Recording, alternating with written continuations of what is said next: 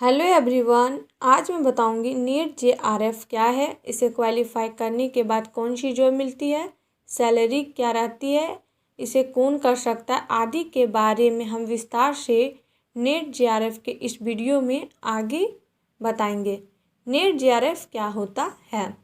Assistant professor के पद की योग्यता के लिए या जूनियर रिसर्च फेलोशिप अवार्ड के लिए जो परीक्षा होती है उसे नेशनल एलिजिबिलिटी टेस्ट नेट कहते हैं। जूनियर रिसर्च फेलोशिप एक ऐसा प्रोग्राम है जिसके अंतर्गत विद्यार्थी अगर आगे एमफिल या पीएचडी करता है तो उसे आर्थिक सहायता दी जाती है। जो उम्मीदवार नीट की परीक्षा देता है वह असिस्टेंट प्रोफेसर के पद के लिए योग्य बन जाता है और उसे जूनियर रिसर्च फेलोशिप अवार्ड का लेटर भी मिलता है। नीट जेआरएफ परीक्षा की योजना की शुरुआत यूजीसी यानी यूनिवर्सिटी ग्रांट्स कमीशन की थी। पहले नीट जेआरएफ की परीक्षा सीबीएसई के जरिए कराई जाती थी, लेकिन अब यह परीक्षा यूजीसी की तरफ से नेशनल टेस्टिंग एजेंसी एनटीए के जरिए कराई जाती है। नीट जेआरएफ का full form national eligibility test for junior research fellowship. NEET JRF को हिंदी में जूनियर रिसर्च फेलोशिप के लिए राष्ट्रीय पात्रता परीक्षा कहते हैं। Educational qualification for NEET JRF. NEET का एग्ज़ाम देने वाले कैंडिडेट की कम से कम पोस्ट ग्रेजुएशन की पढ़ाई पूरी होनी चाहिए।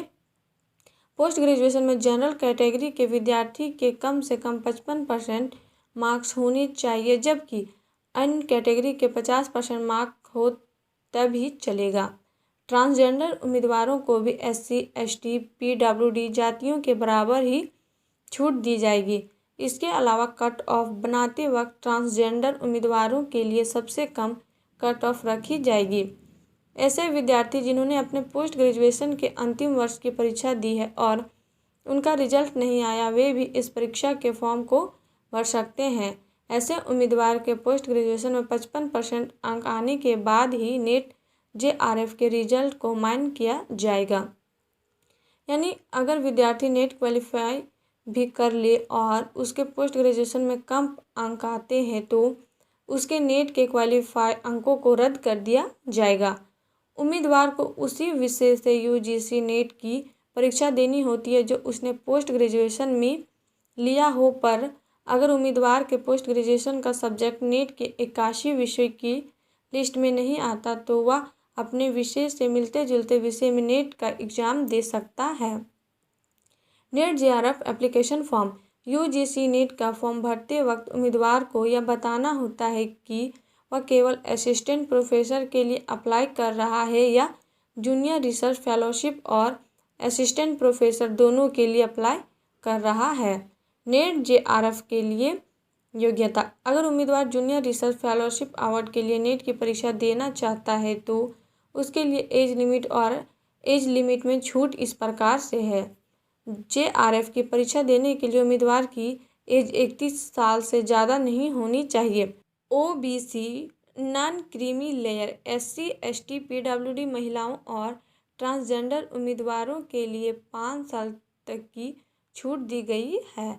ऐसे उम्मीदवार जिनको रिसर्च का एक्सपीरियंस हो उन्हें उतने वर्षों की छूट जाती है जितने वर्षों तक उन्होंने रिसर्च किया है।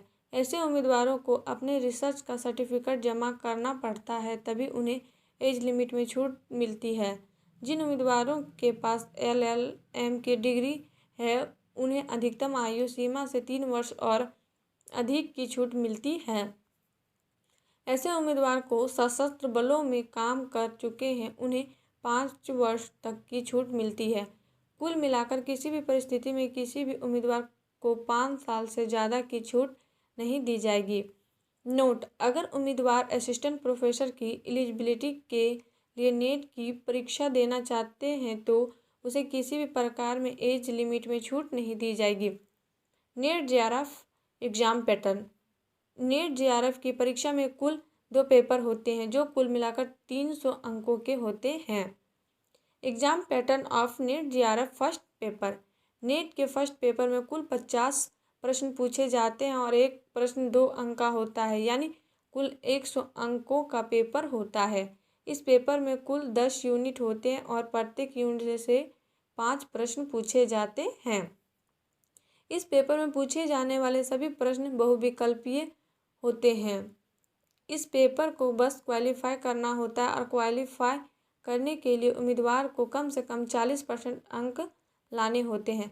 आरक्षित category PWD, SC, ST, OBC, NCL, transgender के उम्मीदवारों के क्वालिफाइंग मार्क्स 35% निर्धारित किया गया है।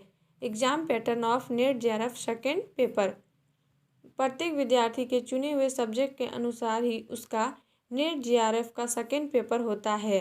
सेकेंड पेपर में चुने हुए सब्जेक्ट से कुल 100 क्वेश्चन पूछे जाते हैं और एक प्रश्न 2 अंक का होता है, अर्थात कुल 200 अंकों का पेपर होता है।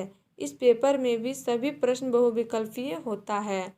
और आप लोग को वीडियो अच्छी लगी तो please like and subscribe my YouTube channel and share जरूर करें।